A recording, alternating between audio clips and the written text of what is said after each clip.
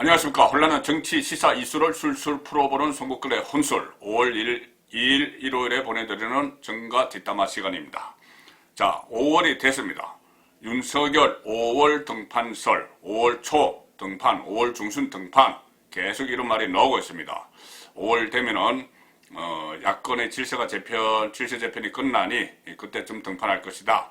그런 이야기인데, 자, 지금 현재 아직까지 오늘 현재까지는 윤석열 전 검찰총장은 집콕 열공 이런 말이 나오고 있습니다. 집에서 열심히 대권 수업을 받는다. 뭐 남북 문제까지 포함해서 여러 가지 현안들에 대해서 개별 가외 교섭처럼 이렇게 공부를 하고 있다. 이런 이야기가 들리고 있습니다.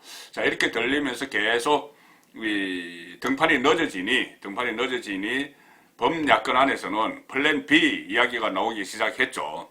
어떤 다른 윤석열이 안 할 경우, 정치를 하지 않을 경우, 또는 정치를 하더라도 혼자서 제3지대에서 독자적으로 할 경우에 대비해서 또 대안 후보들을 내세워야 된다. 이건데 대안 후보는 두 가지입니다. 하나는 기존의 잠룡들, 범야권의 대권 주자들, 또 다른 하나는 새로운 인물들, 완전히 대안들. 자, 이렇게 두 가지인데, 최근에 대안 후보로 거론되는 사람들 중에는 최재형 감사원장이 있습니다. 최재형 감사원장이 있고, 또 김동연 전 경제부총리, 최근에는 김세연 전 국회의원 이름까지 막 나오고, 지금 윤석열이 등판하지 않았기 때문에 이런 사람들 이름이 계속 나오고 있습니다.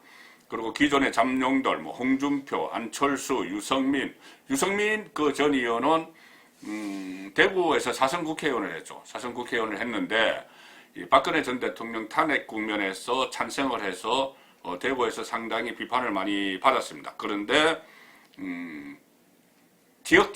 대구 TK 지역정서를 정면 돌파를 하고 있습니다. 어제 대구에 갔습니다. 대구에 가서 그 유권자들도 만나서 어떻게 봉변 비슷하게도 막 당하고 했는데 그래도 끝까지 본인이 어떤 정치적 텃밭이 있어야 되니 대구 가서 정면 돌파를 하는 그런 TK 정서를 정면 돌파하는 그런 모습을 보였는데, 자, 유승민은 정치적으로 박근혜 전 대통령을 탄핵하는데 앞장섰죠. 국회 의결을 하는데.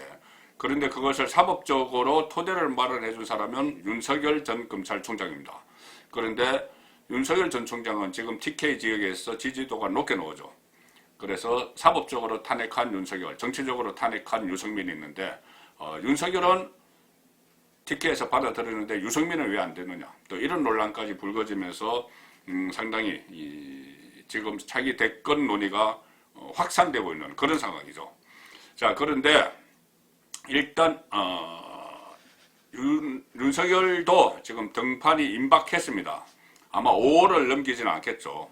5월을 넘기지는 않을 거고, 핵심은 윤석열이 국민의힘과 같이 가느냐, 아니면 제3지대에서 일단 머물러서 나중에 국민의힘과 야권 후보 단일화를 시도를 할 것이냐, 이것이 가장 핵심입니다. 시기와 방식인데, 시기는 이제 5월 대신 어느 땐가는 나올 거라고 보고, 좀 늦은 감이 있다 이런 지적도 저도 했지만 어쨌든 이제 나옵니다. 나오는데 어떻게 할 것이냐, 어떻게 처음에 시작할 것이냐, 국민의힘과 같이 할 것이냐, 101석의 국회의원 의석을 가지고 있는, 아니면은 제3지대에서 머물다가 나중에 대권에 임박해서 국민의힘 후보와 단일화를 시도할 것이냐, 이 문제인데, 저는 일단 결론부터 말씀드리면은 일단 국민의힘과 처음부터 같이 가야 된다, 이 말씀을 드리면서 그 이유를 제가 한번 설명을 해보겠습니다.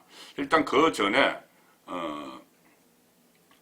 이번에는 아예 김종인 전 비대위원장이 계속 국민의힘을 비판하고 윤석열 전 총장을 부추기고 있죠. 오늘은 이런 말을 했습니다. KBS의 라디오에 출연을 해서 국민 인식 속에 저 사람이 앞으로 우리 대통령이 돼야 할 사람이라고 생각하면 정당이라는 것에 큰 의미를 부여할 필요가 없다.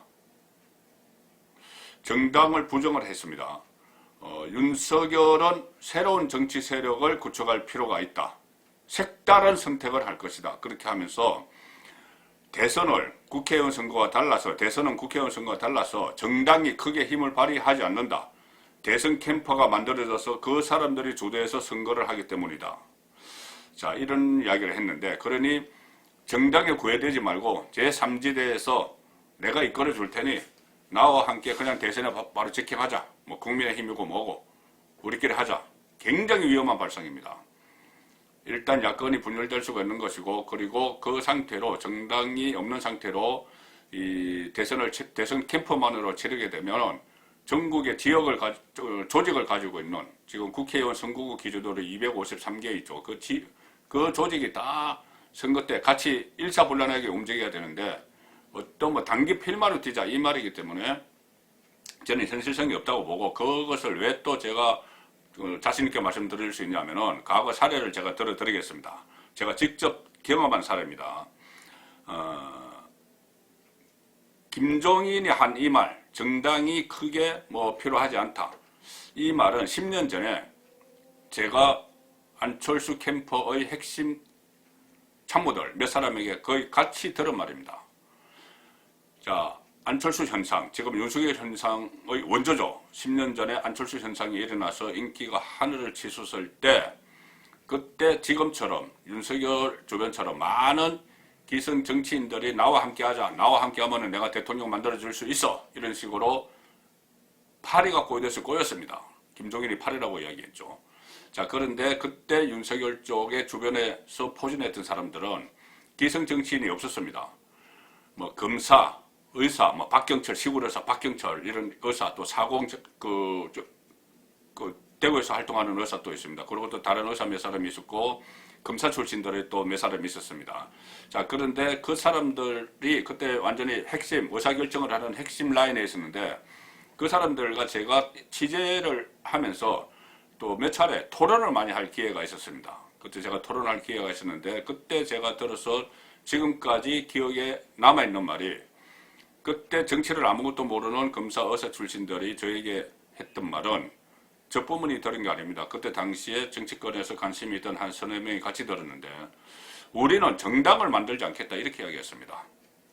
우리는 이 새정치를 하는데, 그때 모토가 새정치였죠. 새정치를 하는데 왜 굳이 정당을 만들어야 되느냐, 지금 정당 정치가 실패한 것 아니냐, 그때 당시 보수 정권은 상당히 부패한 그런 이미지, 진보 정권은 분열하는 이미지, 그래서 정치의 식상해서 그것이 다 정당에서부터 파벌로부터 시작됐는데, 본인들은 새 정치를 할 것이기 때문에 이념과 노선에 매이지 않는다. 그러니 정당이 필요 없다. 그래서 새로운 형태의 정치 결사체를 만들려고 한다, 이렇게 이야기했는데, 그것이 곧 김종인이 지금 이야기한 색다른 선택이죠. 색다른 선택이었습니다. 자, 기존 정당과는 다른 형태로 하겠다. 지금껏 보지 못한 형태의 정치 결사체를 만들겠다. 자, 그런 이야기를 제가 들었는데, 그때 당시 김종인과 안철수가 틀어진 이유도, 처음에 김종인이 안철수의 멘토였죠. 틀어진 이유도, 그때만 해도 김종인은 국회에 먼저 들어가라, 정당에 몸담아라는 이야기죠. 그때 10년 후에 지금은 다른 이야기 하고 있습니다. 정당에 몸담아라, 그렇게 이야기했는데, 안철수가 아니 그거 뭐 국회의원들 하는 일도 없고 부패한데 거기 내가 왜 국회부터 해야 되느냐, 이래서 반박을 해서 서로 엇갈려서 지금까지 김종인이 안철수를 비판을 하고 있는 그 상황인데, 어쨌든 이 안철수는 주변 사람들과 같이 검사 출신, 의사 출신, 핵심 주변에 그 과거부터 쭉 같이 인연을 맺어왔던 사람들이죠. 박경철 원장도 그렇고, 실제로 탈정당화를 시도를 좀 했었습니다. 제일 초기에. 뭐냐면 기억하실 겁니다. 국민과 함께하는 새정치추진위원회, 국민과 함께하는 새정치추진위원회, 이것을 처음 만들었죠. 새정추, 이렇게 줄여서 이야기했던 새정추. 이 새정추라는 정치 결사체를 구성을 했는데, 당시 거기에 처음에 참여해서 인적 구성을 막 했던 사람들은 비정치인들이었습니다. 학계에 있는 사람도 있고, 뭐 여러 가지 사회기관 단체에 있는 사람도 있고, 뭐 안철수처럼 이렇게 IT 업계에 있던 사람도 있고, 이런 사람들이 모여서 이것을 만들었는데, 처음에는 새정추가 이 정당으로 갈 생각을 안 했습니다. 어떤 새로운, 제가 말씀드린 뭐 새로운 형태의 결사체, 지금 김종인이 이야기한 색다른 선택을 하려고 했죠. 그런데 결국 현실에 부딪혔습니다. 그렇게 해서는 뭐 당장 어떤 뭐 선거 준비도 할 수도 없고, 또 작업 문제도 있고 정당으로 해야죠. 국고 보조도 받고 선관위로부터 받고 뭐 이런 게 있죠. 자, 그리고 조직 문제도 있고 해서 결국은 이 정당으로 갔습니다. 정당으로 가면서 나중에 그 세종추가 이 발전돼서 정당으로 됐던 게 새정치연합이죠. 안철수의 새정치연합이라는 정당이 결성이 됐고 그 이후에 문재인 그때 당시 대선 후보의 민주당과 합치면서 새정치민주연합 이런 형식으로 진보 정당이 탄생을 한 그런 역사가 있는데, 자, 그리고 그 과정에서 일단은 실패를 했죠. 정당 없이는 안 된다. 10년 전에 안철수가 실패했습니다. 그런데 김종인이 다시 그것을 들고 나오는 것은 본인의 개인 정치적인 욕심이 숨어 있다고 저는 봅니다. 그리고 2012년 대선 때 지금 새정치연합 쪽에 몸담고 있던 안철수가 민주당의 문재인과 단일화 협상을 합니다. 단일화 협상을 하는데, 자, 이것을 지금 잘 보시면은 지금 그때 신도롬을 불러일으켰던 안철수가 제3지대에 있다가 거대 진보정당인 야당이죠. 야당인 제1야당인 민주당과 후보 단일화를 합니다. 민주당의 후보 문재인과 안철수가 후보 단일화를 하죠. 제1야당의 후보 제3지대에 있는 안철수 현상을 일으켰던 이 두 사람이 후보 단일화를 합니다. 지금도 이 상황으로 가면은 제3지대에 있는 윤석열 현상을 일으키고 있는, 그리고 제1야당인 국민의힘 후보 누가 되든 홍준표든 유승민이든 원희룡이든 자, 후보 단일화를 논의를 합니다. 그런데 이것은 그때 어떻게 될지 모르지만 10년 전에는 결국은 이 노련한 문재인 후보를 내세운 민주당, 여기에 여러 가지 정치적인 책략에 이기지 못하고 안철수는 그때 불출마 선언을 하게 되죠. 대선 불출마 선언을 하고 문재인 지지를 선언을 하고 미국으로 떠나버립니다. 자, 현실 정치의 벽이 너무나 두터웠던 것이죠. 10년 전에. 그때 문재인 후보 쪽에서 안철수와 후보 단일화를 하자고 했는데, 자, 가령 예를 들어서 후보 단일화 과정에서 여론조사를 실시를 했던 뭐를 했던 안철수가 이겼다. 제3지대에 있던 안철수가 이겼다. 그러면 그때 문재인 후보가 완전히 그것을 인정을 하고 민주당이 후보를 안 내고 또 그 상황에서 민주당이 조직을 총동원해서 안철수를 밀어줬다? 밀어줬겠습니까? 안 되는 거죠. 실제로는 문재인이 안철수와 후보 단일화를 이야기한 것은 안철수를 가라앉혀서 야권 단일 후보를 내기 위한 겁니다. 그래서 여권 후보, 여당 후보와 1대1 대결을 하기 위한 것이죠. 나중에 박근혜 후보와 1대1 대결을 하기 위해서 안철수를 주저앉히는 과정에서 후보 단일화 이야기를 했던 거죠. 지금 10년이 지난 지금 똑같은 현상이 벌어질 수가 있습니다. 제3지대에만 머물러 있다가는 거대 야당과의 후보 단일화 협상에서 만약에 거대 야당이 거기서 후보 단일화 안 된다고 해서 이 윤석열을 일제히 다 밀어줄 것인가? 서로 다른 당에 가 있다가. 자, 그런 것을 생각하면 상당히 난망한 이야기입니다. 난망한 이야기고, 그래서 지금 안철수를 보시면은 그때 계속 처음에는 정당 형태로 만들지 않겠다고 했다가 나중에 정당을 창당을 했다가 그러다가 나중에 민주당 계열과 또 합당을 했다가 헤어지고 또 유승민 전 대표가 이끌었던 그 정당과 또 했다가 또 바른정당과 했다가 또 헤어지고 막 이런 과정을 거치면서 지금 10년 후 지금까지 와 있는 겁니다. 자, 윤석열도 그 전철을 밟을 수도 있죠. 지금 제2의 안철수 전철을 밟을 수도 있습니다. 여전히 안철수 정치 실험 중이죠. 자, 그래서 지금 보면은 제가 이제 국민의힘에 들어가야 된다고 말씀드리는 이유를 지금 이제 말씀드리겠습니다. 김종인은 국민의힘을 아사리판, 흙탕물 이렇게 이야기했죠. 그러다 지금은 아예 정당에 우리가 정당 만들 필요도 없어. 나하고 같이 가면 돼. 이렇게 이야기하는 겁니다. 진중권까지 끼어들었습니다. 진중권도 이렇게 이야기했습니다. 국민의힘에 들어가는 순간 윤석열은 끝난다. 완전히 돗대기 시장이 됐다. 국민의힘은. 그래서 들어가면 안 된다. 자, 진중권이 그렇게 이야기합니다. 저는 이 말에 동의하지 않습니다. 왜 그러냐면은 자, 진중권이 이렇게 이야기하는 것은 결국은 제3지대에 가서 홀로 정치를 하라는 이야기입니다. 민주당 가라는 말은 아닐 테니까. 그래서 홀로 신당을 만들거나 아니면 뭐 안철수가 국민의당에 가거나 그거는 제3지대에 있는 거랑 마찬가지입니다. 자, 그렇게 하라는 것인데,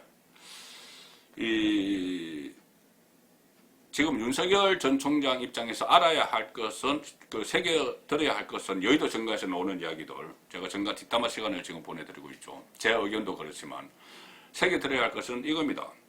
지금은 국민의힘이 어수선하죠. 당연히 비대위 체제가 끝나고, 재보선에서 승리했고, 원내대표 경선이 있고, 대표 경선이 있고, 최고위원 경선이 있고, 지도부 경선이 있는데, 그럼 조용하게 갑니까?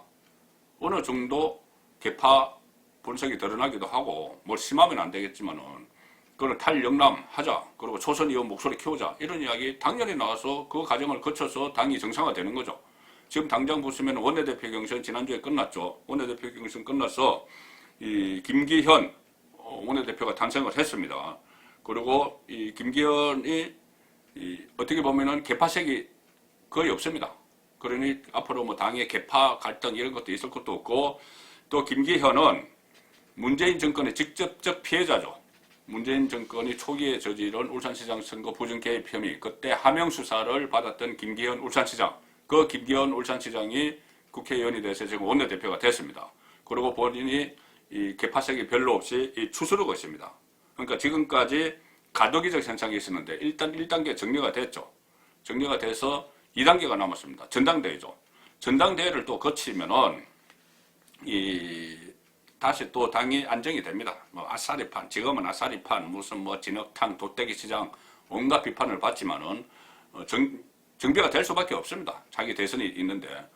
자, 그리고 대표 경선에 지금 심지어 뭐 김웅, 초청 김웅까지 이야기가 나오고 있죠. 김웅이 만약에 대표가 되기는 어렵겠지만 안 되더라도 최고위원 같은데 젊은 피를 수요를 할 수가 있습니다.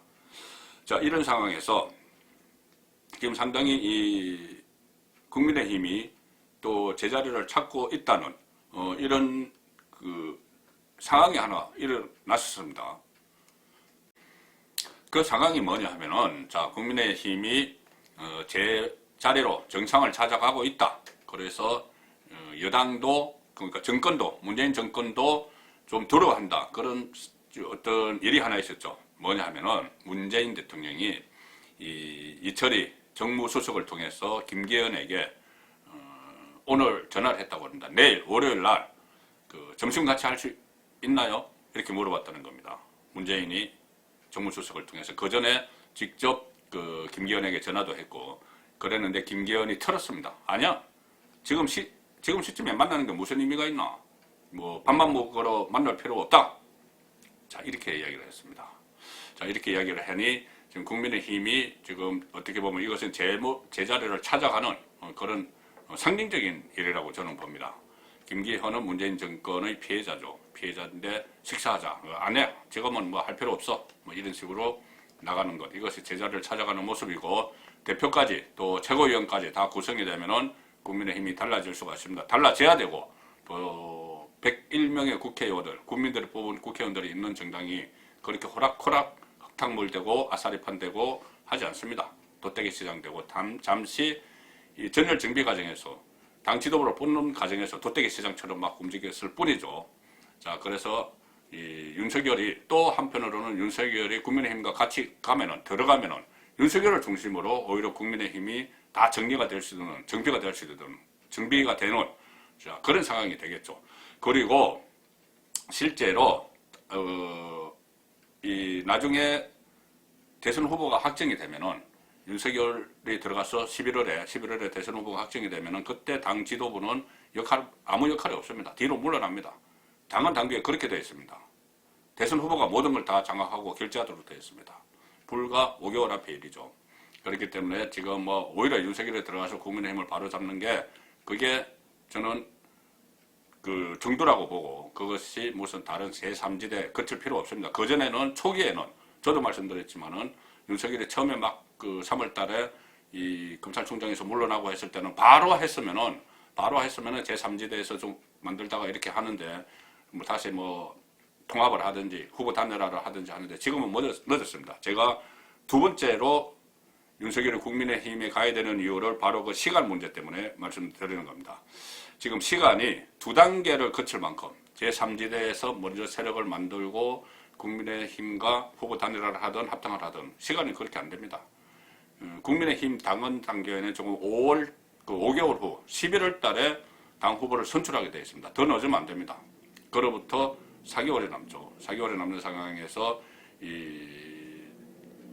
더 이상 그 전당대회를 후보 선출을 늦출 수가 없기 때문에 11월까지 해야 됩니다. 불과 지금 6개월 남았죠. 6개월 남았는데 그 상황에서 만약에 윤석열이 그 전에 본인이 제3지대에서 당을 만들고 그러는데 정치를 처음 하기 때문에 그 수개월이 걸릴 수밖에 없습니다. 상당히 오래 시간이 걸릴 것이고 그요 안착을 했을 때 국민의힘에서 이제 후보가 선출되면은 그때부터 후보 단일화 논의를 한다.